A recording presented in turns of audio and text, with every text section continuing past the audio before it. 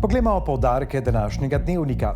V pokrajinski in študijski knjižnici v Murski Soboti se je danes dopoldne mudil prevajalec in avtor Boštjan Gorenc Pižama. V soboškem Expanu so odprli razstavo in zasadili češnjo prijateljstva. Pogovarjali smo se s članoma etnoskupine Gorički Klantoš, ki skrbi za ohranjanje glasbene dediščine. Mešani pevski zbor Štefana Kovača se je predstavil na 56. letnem koncertu. Na Bonifiki sta se pomerili ekipi Mure in Kopra. Še vreme, jutri bo pretežno oblačno in vetrovno.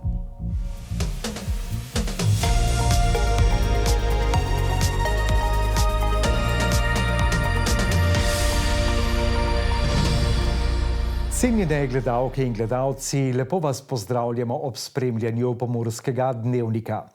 V okviru projekta Bralnice pod Slamnikom je danes v soboški knjižnici gostoval Boštjan Gorenc Pižama.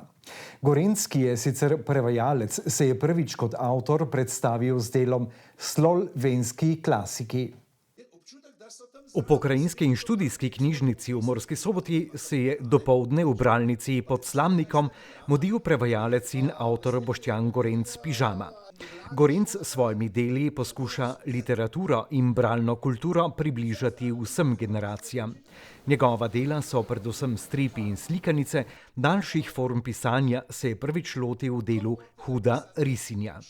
Slovenski klasiki so bili tak zanimiv sprehod po literaturi, ki je nastal zelo naključno. Namreč, ko me je Ana Ugrinović, tedaj urednica na Cankarjevi založbi, povabila k sodelovanju, je rekla, imaš kakšne kratke zgodbe, kakšen roman? Sem rekel, imam pa tlele to, kar sem eno leto prej naredil, ali pol leta prej za Prešernov rojstni dan, Povodnega moža na Facebooku. In sem rekel, mogoče bi pa kaj tazga v tem slogu naredil in pač sem se lotil dela in so ljudje sprejeli in zdaj mogoče lahko povemo, da zdaj, kakršni so načrti, se zna zgoditi, da bo ob 10-letnici knjige končno prišla tudi dvojka ven. Branje po Gorenčevih besedah ostaja. Treba je le vedeti, kaj beremo in kako pritegniti mlade bralce. Nevarnost, da ljudje ne bodo brali, mislim, da ni, glede na to, koliko imamo medijev, pa vsega posod, tako vprašanje pač, kaj beremo. Ne? In fino je, da se berejo tudi knjige, zaradi tega, ker je branje literature, branje knjig pač sprošča neke druge procese v možganih, recimo, ker pač zahteva daljšo koncentracijo in iščemo načine, kako pa, ne bi rekel, da samo mlade, samo otroki, tudi odrasle, mogoče kako jih nazaj potegniti k temu, da si vzamejo čas, da se lahko zatopijo v knjigo, ne?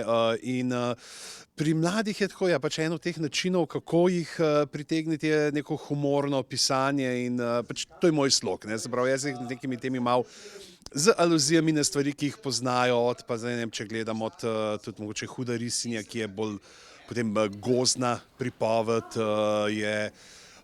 bi rekel, so spet neke mogoče noter malo natresene stvari iz dejanskega človeškega življenja, iz naše neke kulturne, bi rekel, predispozicije, ampak važno se mi zdi pa predvsem to, da pač, ko pišeš za otroke, ne, da jih ne podcenjuješ. Ne, nikoli ne smeš priti z neke pozicije, sem pa jaz le odrasel, pa sem prišel njim vam nekaj povedati, ampak da si vedno na tem nivoju, da si njihov zaupnik, ne, da skupaj z njimi mogoče celo kaj ne spletkariš proti drugim odraslim. Kljub deževni soboti je bilo v soboto ob soboškem Expanu slovesno. Odprli so razstavo o Expu 2025 in zasadili japonsko češnjo.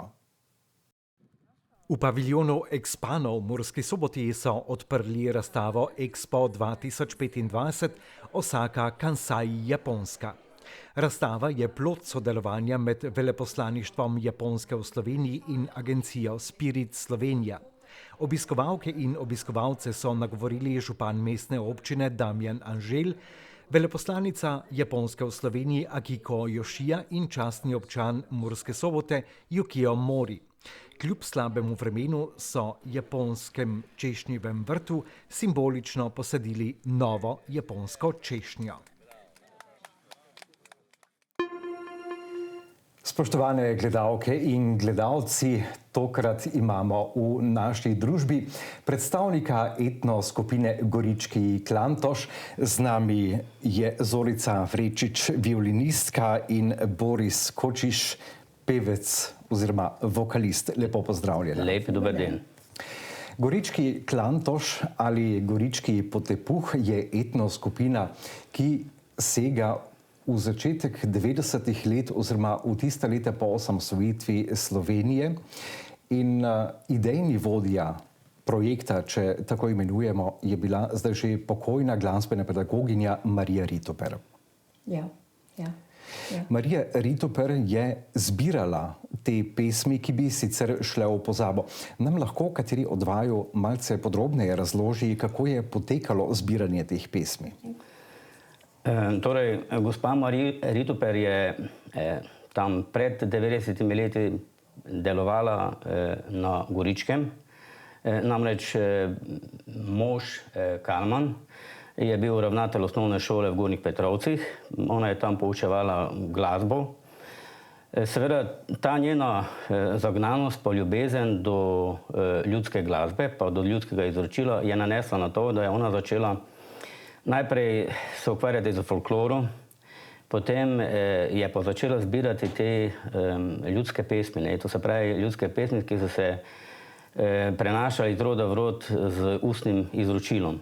In seveda to je ona hotela ali pa ščela ohraniti za nas, pa za kasnejše rodove. In to njej je uspelo s tem, da je potem hodila od hiše do hiše, od vasi do vasi, zbirala pesmi, poslušala ljudi, da so ji to tudi zapeli, besedilo povedali. In ona je potem to melodijo z svojim znanjem prenesla v eno zbirko, štera se je imenovala Če bi jaz bila včelica. Gorički Klantoši se sicer imenujete Gorički Klantoši, ampak glasba, ki jo poustvarjate, ni zgolj samo gorička. Marija Ritoper je zbirala tudi v slovenskem Porabju in na Dolenjskem. Se pravi, pojete in igrate pesmi, ki so nekako zaznamovale celotno tole pokrajino. Tako. Je pa res, da se čuti v tej glasbi tudi vpliv sosednjih držav. Zorica Vrečič, kakšen vpliv natančno mislite? Bolj na madžarski vpliv ali pa tudi sosednje Avstrije? Madžarski. Recimo tudi mi igramo pesmico, ki je Čardaš. In to seveda je madžarski vpliv. To je madžarski vpliv. Sicer je pokrajina tako prepišna oziroma se menjujemo. Imamo Slovence v Porabju, imamo Porabce pri nas. Ja. Tako da to je pravzaprav ena zelo lep sklop oziroma lep preplet obeh glasbenih zvrsti. Ja, gotovo. Če bi jaz bila včelica, to je precej slovensko navdahnjeno, čeprav Gorički Klantoši igrate in pojete v prekmurskem jeziku oziroma v narečju, odkoder je kakšna pesem tudi prišla.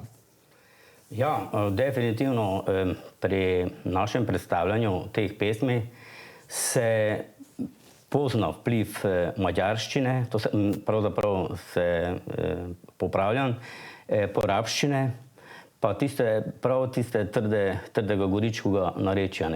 Čisto pesmi se nekje bazirajo na to, so pa tudi melodično nekako vezane na ta del naše domovine, pa tudi del Madžarske, ki je pač v Porabju.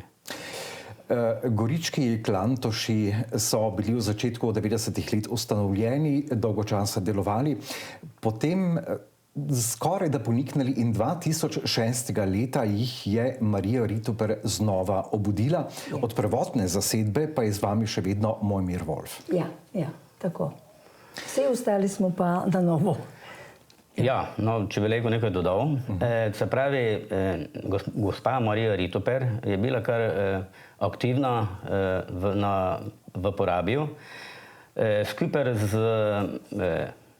Fudašom, to se pravi harmonikašom, Borisom Wernerom, in seveda ob priložnosti, da so se recimo domov peljala, Pa med preprostim pogovorom je nekaj spadnila ideja, kaj pa če bi mi nazaj obudili Klantuše.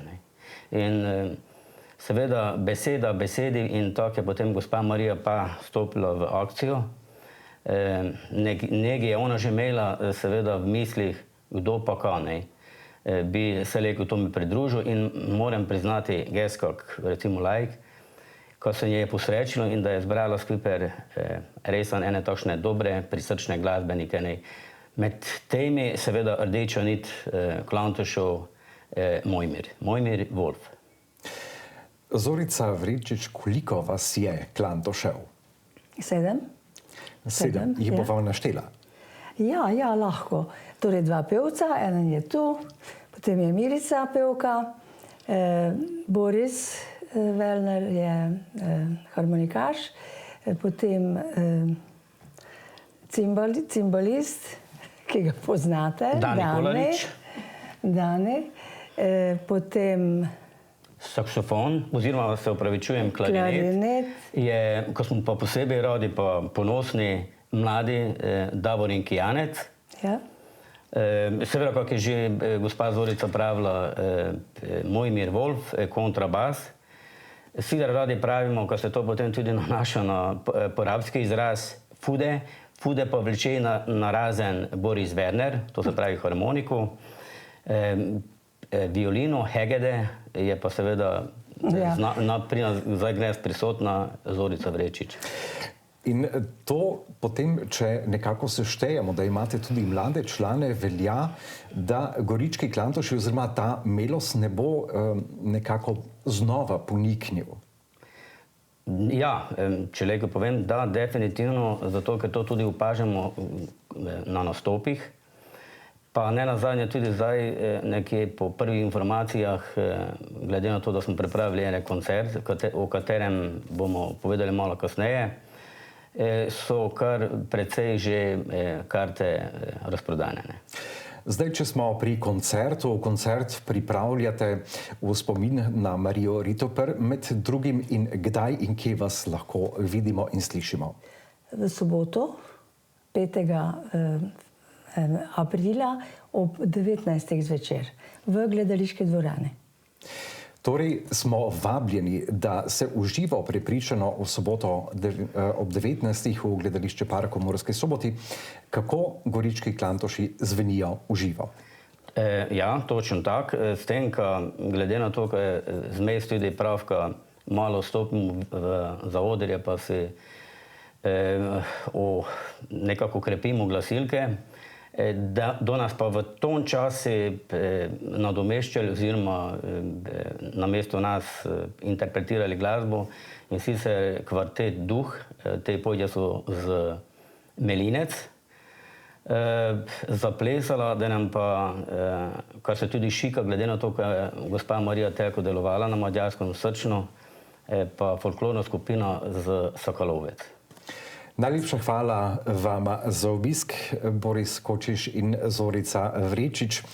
Torej, povabili smo in naj Gorički Klantuši lepo nadaljujejo svojo kariero. Ja, bomo. Hvala lepa. Hvala vam na povabili, pa lep dan še naprej. Vse ostale pa bi res pozval in to z srcem bi Zorico oba pozvala, naj pridejo, naj se poklonijo gospe Mariji Ritoper, pa naj poslušajo tudi nas, ker se bomo definitivno, to se pravi, mi za svojim glasom, vsi, kjer pa pridejo, pa za svojo prisotnostjo oddajo eno spoštovanje do gospe Marije Ritoper, štera je pa res dosti napravila za ohranitev ljudskega izročila, ki se pač izraža v pesmi. Hvala lepa. Mešani pevski zbor Štefana Kovača se je že 56. predstavil na rednem letnem koncertu v gledališču Park v Murski Soboti. Na že 56. rednem letnem koncertu se je v gledališču Park v Murski Soboti predstavil mešani pevski zbor Štefana Kovača pod taktirko Tomija Bušinovskega. Koncert, ki so ga pripravili, je nosil naslov Pesem teče kot reka. Z izbranim repertoarjem pesmi iz različnih dežel, obdobij in občutenj so med obiskovalce prenesli delček zgodb, ki jih družijo v pevski sezoni. Kot so zapisali, se je program v skladu z naslovom zlil med obiskovalce kot reka in jih popeljal na potovanje melodij in spominov.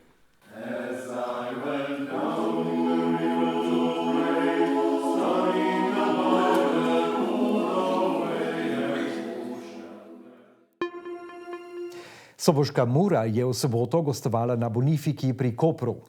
Nogometaši Kopra so premagali Muro z 1-0 in tako utrdili mesto na lestvici.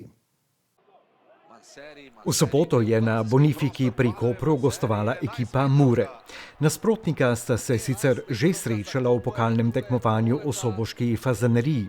Na sobotni tekmi je edini zadetek padel v 41. minuti. Po tekmi je igro ocenil trener Mure Matjaž Kek mlajši. Čestitke Kopru za zmago, strinjam se, da so bili za ta zadetek boljši. V drugem polčasu sigurno smo imeli svoje situacije, iz katerih bi lahko mogoče tudi izenačili. Od tam 21. minute smo nerazumljivo padli, se povlekli nazaj, pustili Kopru pobudo, na koncu polčasa prejeli ta zadetek, ki je na koncu odločil srečanje. Po trenerju Mure je tekmo ocenil še igralec Aljaž Antolin. Prvi polčas nas je koštal, bili smo predaleč od igralca, nismo dobivali drugih žog. Pomikali smo se nazaj, bili smo na 20 metrov, oni so nas po bokih precej prebijali, igrali so 2-1, ustvarili so si veliko priložnosti, nismo bili agresivni, tako da ja, koštal nas je prvi polčas. Za drugi polčas bi pa dejal, da smo začeli nekaj odigrati in se je takoj videlo, da lahko igramo, da lahko prinesemo rezultat z dobro igro, ampak ja, predvsem prvi polčas moramo pogledati, analizirati in se pomeniti. Treba bo narediti analizo tekme in se pripraviti na prekmurski derbi, nadaljuje Antolin. Jaz bi rekel, ja, prihaja Nafta, najboljša tekma za popraviti. Jaz bi dejal, moje mnenje je to in mislim, da cele ekipe, da predvsem treba odigrati, si podati 5-6 pasov, ne siliti z dolgimi podajami, ker drugi polčas se je tudi videlo, ko smo začeli malo igrati, da smo prišli do nekaterih situacij, ampak to ni to. Predvsem treba popraviti igro.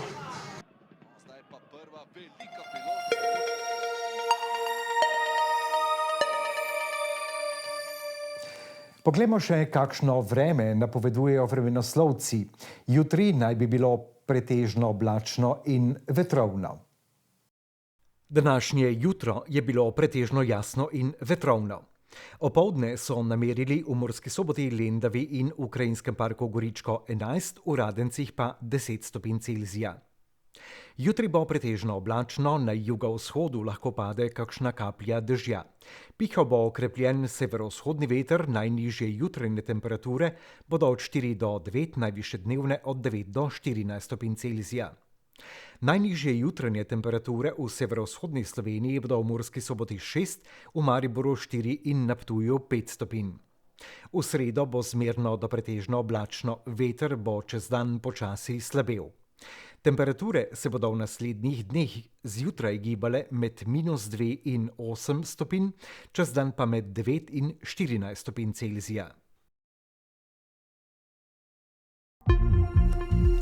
Spoštovane gledalke in gledalci, to je bilo vse, kar smo za vas pripravili v današnjem Pomurskem dnevniku. Vabimo vas, da se nam pridružite znova jutri ob 18. Sicer pa nas lahko spremljate tudi na spletni strani televizije Ideja.